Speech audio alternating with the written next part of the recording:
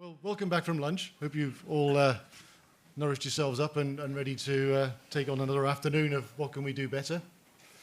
I think one of the things that I suppose I'm really pleased because I work in this industry. I was never going to be a Nobel Prize winning scientist, and I'm definitely not an entrepreneur. But actually working with an industry of people who literally change people's lives day in, day out is one of the best things I get from work, I think, is when I stop and think about it. But then you meet somebody, and I'll introduce Alex in a moment. There's so much unmet medical need and understanding, and are we developing different diseases because of the way we live? And I guess must have been, I don't know, earlier this year, when I noticed Alex was posting on social media about your health condition, how difficult it is to manage, how difficult it is to diagnose, and how you think you got to where you are. And it just really resonated with me, just how much unmet need there was. It just isn't unmet need somewhere else in the world. This is still amongst us. It's a global thing. And I was delighted that Alex, who came to on my radar partly because of a TV program, but I'd noticed you were using this platform you have to get out there and encourage other people to be bolder in asking what they want. So I think from TV presenting, acting, but now advocating for not just yourself, but for patients generally. I'm delighted you're here. So, Alexandra Gray, welcome. Thank you so much for having me. So I think in that sense, we've got 20 minutes just to have a chat about it. But I wonder if you could just set the scene a bit about what you've been through. Because we don't walk in your shoes. No. You know, so if you Yeah, could do that. so I think there's a slide to come up. just trigger warning, it's going to be a little grotesque what might pop up. But no, in 2019, I started developing some really bizarre symptoms I never experienced in my life, like really debilitating chronic fatigue, like stiff joints, arthritis, fibromyalgia, all terms that I learned later on. I didn't know what was going on at the time. And, I just kind of brushed it off. I thought, oh, I'm traveling a lot with work. Maybe I'm working too much. Maybe I'm going out partying too much. And it wasn't until I developed a rash on my neck. Oh, here we go. This far, what's that? Your far left. I thought, that's bizarre. I normally get eczema anyway, and I thought, that's weird. I've never had eczema on my neck like that. Anyway, so I ignored it, put a little bit of pseudocreme on it, and just hoped that it would go away, and it didn't. And so I was like, maybe I should see a doctor, because I'm actually starting to really struggle with this now. The doctor said, oh, it's ringworm. And I have to say, it was a pretty unenjoyable appointment that I had, and I had many appointments. It was a doctor's surgery in East London. You're whisked in, you're whisked out. It's hard to even get an appointment in the first place. And you're sat confronted with this cold-hearted doctor looking at me who just thinks that I'm being dramatic, is what it felt like as a patient. And so she said, you got ringworm. And I said, oh, but I tried to counter it. I said, well, I don't really think I do, because I have these other symptoms. And, me being an expert patient, Googling away, trying to figure out what's wrong with me. And I said, well, I have this, and maybe I did look up, maybe it could be this. She said, no, you got ringworm. Take the medication and the cream and be on your way. Did as I was told. Lo and behold, no change. If anything, it made it worse. And then it kind of progressed to, the kind of Africa continent-looking rash on my cheek there. Tiredness still persisting, and because I'm not a weak-minded person. I'm pretty strong-minded, I'd say, and I'm pushing through this tiredness, and it's getting harder and harder. And I then changed surgeries. I went back to Suffolk, and I was like, I've had enough of London. This is not getting me anywhere. They then referred me to Addenbrooke's, and Addenbrooke's were wonderful, I will say. I'll give credit where credit's due. They really took me seriously. And I went through a plethora of tests, and I even had a bone biopsy, which is awful, because they thought I might have a rare form of blood cancer, because I was getting night sweats and swollen lymph nodes and all sorts. Lo and behold, no answer. And it was such a tiring, frustrating process. You're waiting so long for appointments. You're waiting so long for results. And when you're suffering, you're already tired enough as it is, and then you're being tired out by the experience of getting a diagnosis that I actually ended up just giving up in 2021, early 2021. And because they just turned me away and they said, sorry, we have no answers. We're going to, we've done all we really can, to be honest. Just take these steroids and be on with it. And I said, well, I don't really want to take steroids for the rest of my life. She said to me, here's these steroids, but you're going to have to come back twice a year to have your eyes tested because they could make you go blind. And I was like, well, that sounds brilliant. And then, yeah, I've managed to figure out what triggers my flare-ups, and I've kind of got a hold on it and got a pretty good grasp. But I've actually now restarted the testing process again, and I've managed to find a really good surgery in Parliament Hill, had a brilliant doctor. And what's interesting, I've really noticed a change from 2019 when I first started to now. And I don't know if it's just because I got lucky with the doctor now, or the doctors that I've seen now. But at the very beginning, in 2019, I saw a lot of doctors, and it was all quite dismissive, you know. And the doctors that I've seen recently, I actually said, he took me really seriously, and I said to him, I said, look, I'm really grateful that you're taking this seriously. I said, because I've been through, it feels like hell and back with this. And he said, well, to be honest, you're not the only one who's coming into my office presenting undiagnosed symptoms and having tests with no answers. You know, there's this huge surgence of people who are also coming in with symptoms similar to you and they have no answer. So I completely empathize with you. And so what I think we have seen is just more and more people, and the statistics prove it, are just suffering with undiagnosable conditions and just these mystery illnesses and autoimmune problems. And I'm so passionate about kind of raising awareness on that and, you know, trying to get to the bottom of what's causing this. What can we do to help these people who are suffering in the dark? And is the testing maybe a little archaic? Do we need to update what the tests are and how we approach patients who are coming in with these kind of bizarre symptoms and conditions, and maybe taking tiredness a bit more seriously? Because talking with someone who knows what it's like to be tired and knows what it's like to have debilitating chronic fatigue, there's a huge difference. And it's like you can't get out of bed. You can't string a sentence together. You cannot function in life. And if more and more people are presenting with chronic fatigue, the economy is just going to completely crumble because more and more people are taking days off work and can't function in life. So that's kind of where I am. And I guess hearing you go on that journey, as I said, we don't walk in your shoes. And I guess it's sobering to know that the sort of fights you had to get, or not even to a diagnosis yet, just to be taken seriously, and we hear that a lot. But it's interesting where the doctor then says we're seeing more people like you. What do you think that is inherently? What do you think has influenced the point to get to that? I have a lot of opinions on this. I've done a lot of research. That's okay, opinion's good. And, you know, the medical industry can only do so much by themselves. It's a holistic approach. And I think the food industry needs to be taken accountable to a lot of conditions and problems that people are facing in their lives. I'm looking at America because America is probably one of the worst. And the thing with America is a lot of their stuff then trickles over to other countries. So high fructose corn syrup, consumption of that has increased significantly. And they find, you know, there's studies coming out with links between that and autoimmune conditions such as arthritis. Also pesticides that are used, glyphosate, the link between that and autoimmune conditions. It's all these inflammatory causing things that we're consuming in our environment. Microplastics, we're consuming 5 grams of microplastics every week. That's the equivalent to a credit card. That surely can't be doing us any good. Also hormones and antibiotics pumped into our meat, into the dairy system. So there's so much that can cause it. And I won't go into it too much, but also potentially I talk a lot about this online, and I get a lot of feedback directly from people who also suffer similar to me. And I will say probably 80% of the comments and messages I get are all related to the COVID vaccine. And they say, did you have this COVID vaccine? Did this come after that? And I say, well, no, this was actually before that. And they say, well, I had this, and then it's caused this, and this, and this. So you have this whole cohort of really angry people because they were forced into taking something. They've now potentially, correlation doesn't necessarily equal causation, but it could be related to having COVID as well. They're now presenting with symptoms that have debilitated them. And then there's no answer, there's no help. So there's so many different things that are responsible for it, I believe. And, we live in a world now which is nothing like 100 years ago. And I feel like, sadly, we're moving so fast in our world.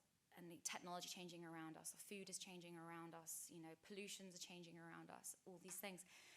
And our bodies aren't designed to keep up with it. And so our bodies are just like freak out. We get inflamed, and the chronic stress as well that we all suffer from. So, it's a whole can of worms. I could go on and on and on and on about it. But yeah, I do think it's extremely interesting. So I guess, you've got a room here of people actively shaping what the future healthcare solutions will be, whether they are diagnoses, whether it's just more understanding of the link with diet and the way we live, or whether it's actually treatments.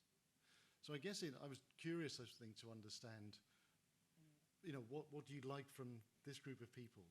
Is it more research to be funded into these modern day manifestations of lifestyle, maybe?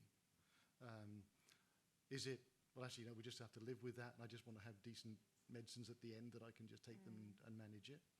What would be your sort of top of your wish list that you'd like this group to do with their research power? I mean, I hate the whole approach of putting a plaster on something and just saying, get on with it. I really don't like just treating the symptoms. I think we need to treat the cause. And as I'm seeing myself, and as some of you might be seeing, thousands and millions of people, I read a statistic, there's 1 in 10 people have autoimmune conditions now, which is insane. And I think maybe the medical industry, we have the research is out there, and this is what makes, blows my mind. The research is out there of what is causing these issues. Not all of them, but some of them. And yet it's just not spoken about. Like, it's not, and maybe this is where I feel like I need to come in and raise the voice and be like, stop putting high fructose corn syrup in our food, because look at what it's causing to doing to people. But because it's insidious, these things it's small things that happen over time, and it builds up, and then someone gets sick. But what's going to happen is, if these companies turn a blind eye to it, you're going to have a population of people with ill health. You're going to have a population of people who can't work. And so, coming from an economic standpoint, which all governments and politicians love to view things in, well, you're going to have people who can't fuel your economy because they can't work, because they're sick. And maybe there needs to be more stringent policies on chemicals used to grow our food. And, are we actually looking at what the long-term impact of GMOs are?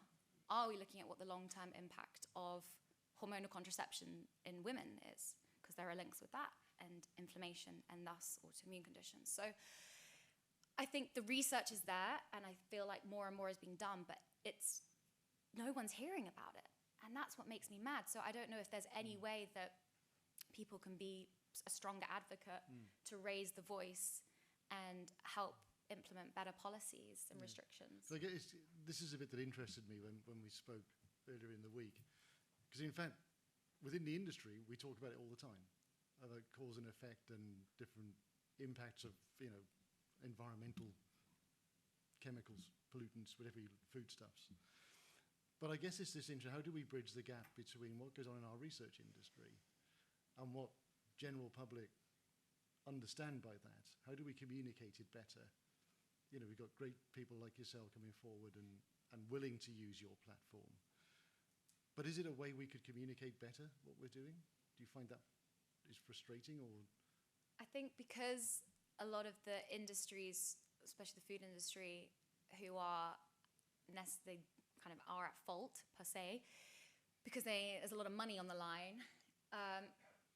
They have such strong PR and marketing departments that it's hard to kind of, it's hard to get your voice heard, because they're very quick to squash things so people don't hear about it. But, with the rise of social media as well, some things can't be controlled, and news does spread very fast. It's hard, but I think, just keep fighting the good fight. And if, more people like myself are spreading the voice, and if I can work with anyone out there who, is doing research and does have, is passionate about it and wants to help, I would love to. I just don't want anyone to have to go through what I've had to go through. I literally it felt like I just lost my life, and that's just a terrible thing, to be alive, but you can't live. And I can, see more and more people around me falling ill to that. But I think as well, doctors, perhaps, like I said, I've been quite lucky recently, but maybe there are some doctors who still aren't quite as aware to these mystery conditions as they should be. And so there are a lot of people who are feeling gaslighted by the medical industry, and I know I did at the very beginning. And I know, like, no criticism to doctors, they're trying their best. However, when you're suffering in the dark and you're confused and you're struggling, to then be turned away and be like, well, maybe it's in your head or whatever. It's probably one of the worst things that can happen to you as a patient, because you then spiral into some really dark places.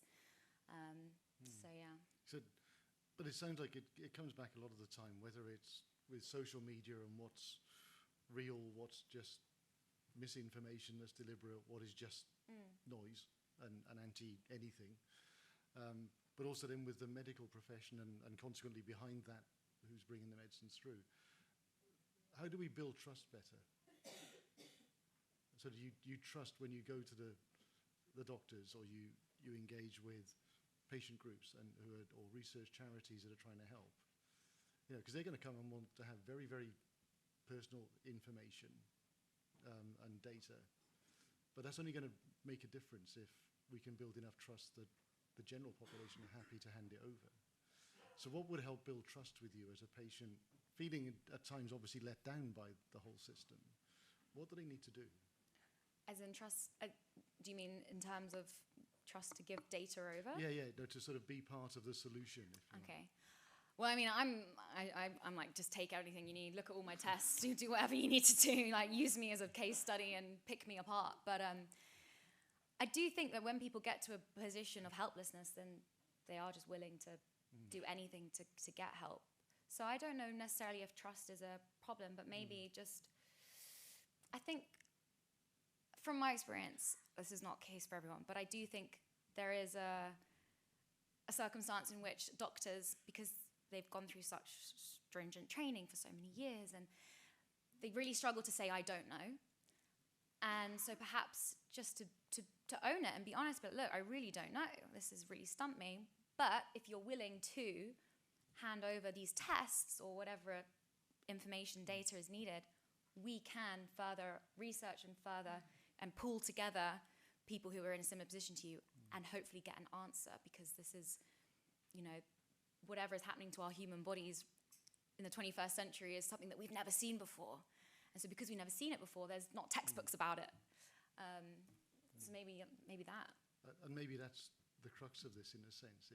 They are new diseases. Yeah, for sure. Or new conditions. I don't say even diseases. They're syndromes of one description. I guess, for me, it's always sobering to hear that there's still people, well, of course there's still people who get ill. You're not going to stop all illnesses, but still feeling that you want more from this. You want to be taken seriously, and the industry does take all of this seriously, but maybe we're not communicating it well enough. So I know our time is almost up, and I'm grateful for what we've had. But I guess I'm going to finish, often as I do around events like this and this time of year. We've all been writing letters to Santa. I guess in this context, what would be on your, well, I guess it's going to Tom, I suppose, but it's like the usual things and who sat there. But in this context, what would be top of your list that you would like, and who would you like it from? Who do you want Santa to go and kick hard enough to do something different?